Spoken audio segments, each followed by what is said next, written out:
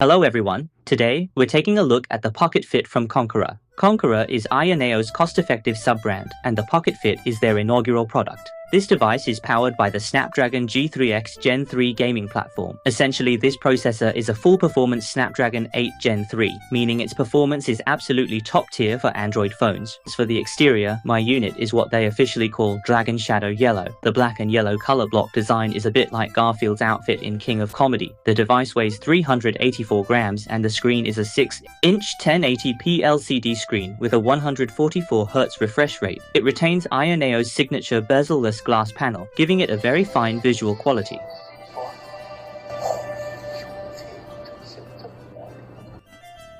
In terms of button feel, the joystick is a Hall effect type, featuring smooth, even damping and highly responsive feedback. Both the ABXY buttons and the directional pad use conductive rubber, providing a light actuation force and a suitable key travel. The D-pad's crosstalk control is also quite good. The shoulder buttons similarly use conductive rubber, and their placement is a bit narrow, yet the entire region fully supports being pressed. The triggers are dual mode, offering switching capabilities between linear and non-linear functionalities. Additionally, there are two customizable back buttons located on the rear. The double S buttons are positioned on the bottom left of the front and to the right.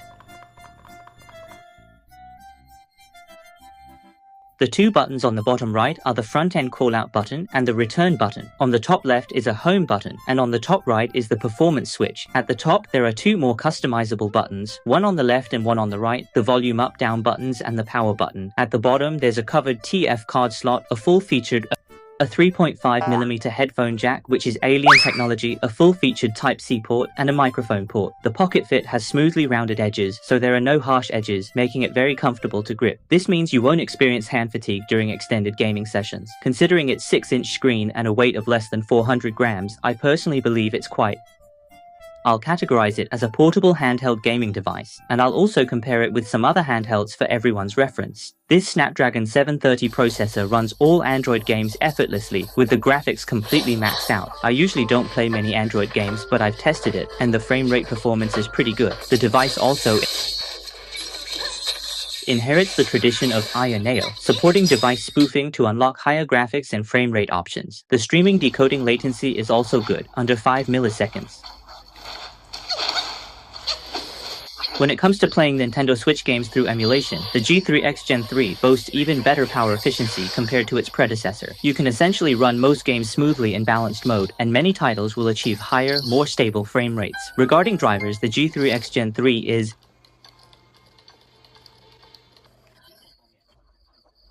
practically identical to the Snapdragon 8 Gen 3, and it even uses dedicated drivers for the Adreno 600XX series. The original Breath of the Wild consistently runs at about 40 frames per second on the Great Plateau. Tears of the Kingdom struggles a bit in balanced mode, so we'll switch it over to gaming mode. For those who enjoy tinkering with emulators, I'd still suggest starting with 12GB of RAM. After playing with the Nintendo Switch emulator for a while, let's test the temperature for everyone. The Switch emulator is quite power hungry, but the device's thermal control is still excellent. The areas held by hand are all below body temperature, with the highest temperature only on the left side of the screen.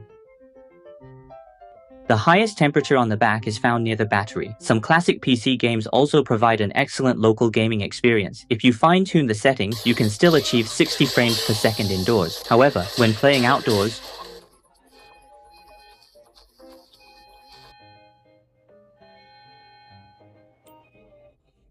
the frame rate tends to fluctuate, hovering at approximately 40 frames per second. For some of the older platforms, this machine absolutely crushes it, delivering exceptionally high performance. Here, I'm also going to demonstrate the game's power consumption and its screen utilization.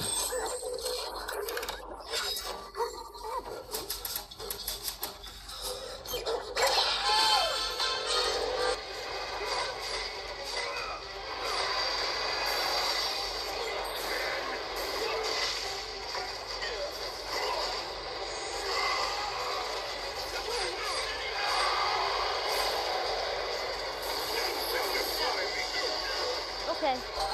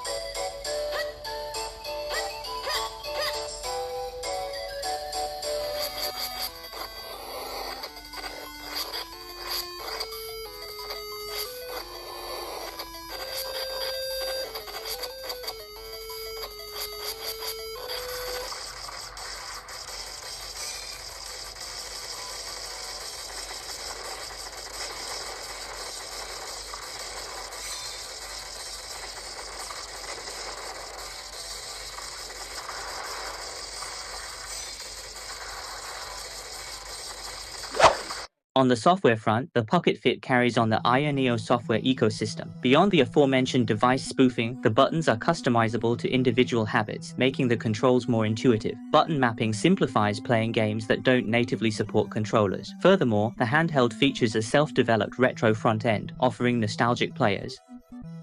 The convenient plug-and-play experience allows players to easily manage their games. The 5-level performance adjustment and performance overlay switch provide a lot of convenience for tinkerers. Let me summarize my thoughts on the Pocket Fit up to this point. This Konkr Pocket Fit, with its outstanding performance and impressive screen display, is highly competitive among Android handhelds in its price range. Personally, I really like its software ecosystem and control design. If you enjoy AAA mobile games and are also a fan of retro emulator games, the Pocket Fit will definitely satisfy your needs. I haven't had the device for a long time, so if you'd like to see more tests in the future, please leave me a comment. And so, though I didn't get to showcase the speaker's performance, we'll conclude this video with a song. Many thanks to all of you for tuning in and watching.